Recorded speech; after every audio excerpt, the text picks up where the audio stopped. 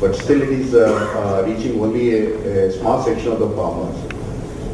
Using the infrastructure which you have already created for the extension services, we can as well start a good an exclusive channel for the farmers, which can reach the pan-Indian farmers, and you can start in different languages, and the extension can be a better if it is create television kind of channel.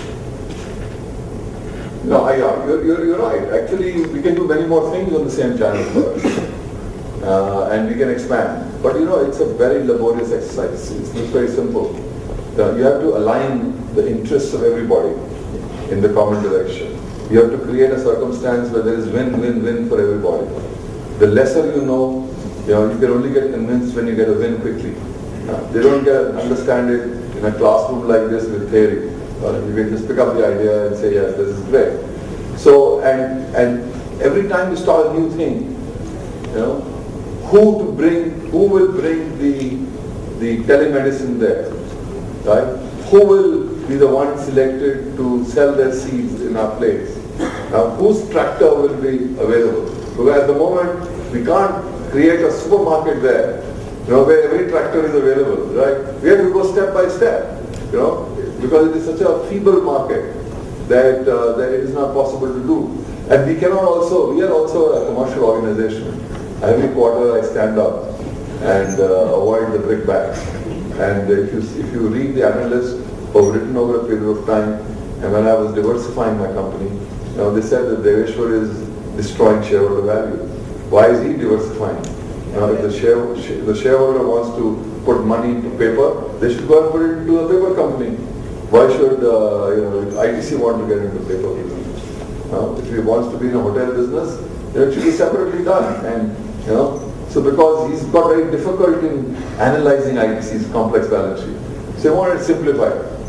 Break it up into pieces. Even now, people spread rumors that some of the parts right, as greater than the whole. What do you call this? What do you call this? What value? Unlock the value, right? So the key is in my pocket, right? So people don't see these synergies, right? People see products and services. People do not see the competencies and skills underlying those diverse products and services. It requires, you to think it differently to be able to put it together. For example, in our packaged atta, the blending skills of our tobacco business were really, how did we get 55% of market share in our packaged atta business? Because we don't sell packaged atta.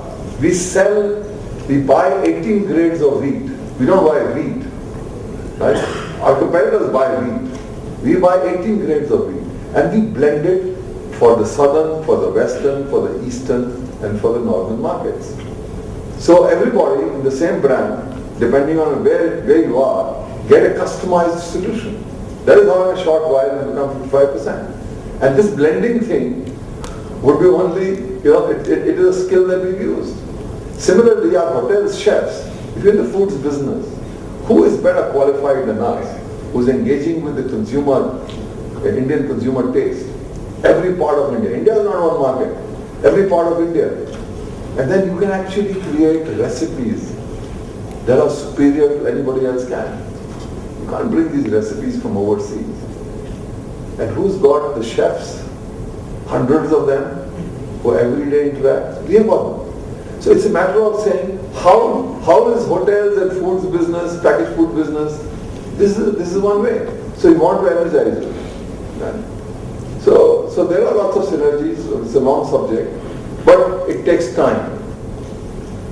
The real issue is the conflict between the short and the long run.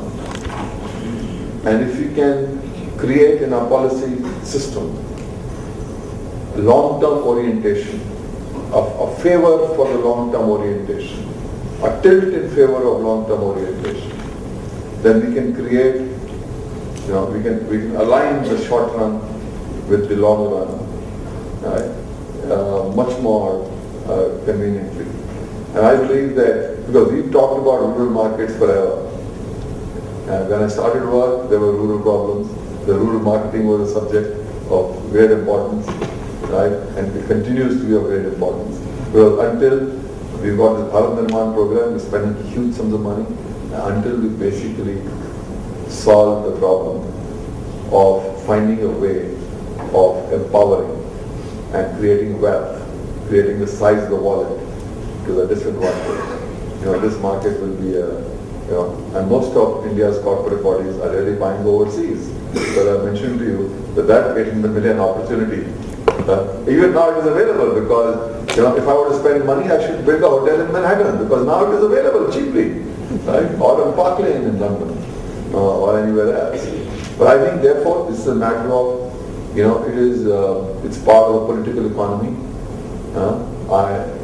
If you are an Indian first, if you want to do something for your society, if you get your eyes are moist when you go and see people in rural areas, and if you think that you are really advantaged and you can do something, I think you have to use, and you are under the pressure of your shareholder, so you can combine the shareholder interest with that of your societal interest.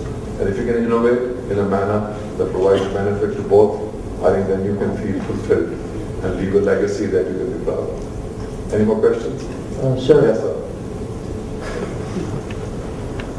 So my question is, in Andhra Pradesh, there are some microfinance institutions like SKS and Basics, which do commendable work in trying to precisely increase the rural farmer's wallet by giving him easy credit and giving him awareness. So is there an opportunity for ITC to tie up with such bodies all over India and probably increase this good initiative tenfold? Yeah, it is, but it requires specialized skills to be developed. It's a that's why I said it's a stage by stage. First we have to get people trained, do even the trading in their commodities, right? And for example, the micro credit, the rates at which that is delivered are very high, because the perceived risk is high. I believe at some stage, we are already marketing insurance. At some stage, the challenge there is, can you bring down the cost of credit to the level where you want to buy a Mahindra vehicle? Then if that is available at say 12%, and this one is available at 22 or 25%, can you bring it down? The people are so needy that even take it at 22%. And these people cannot deliver it at a lower price because the risk is high.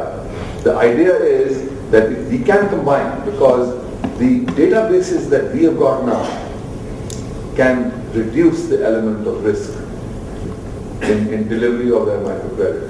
But it requires multi-skilling that disadvantaged sections of society.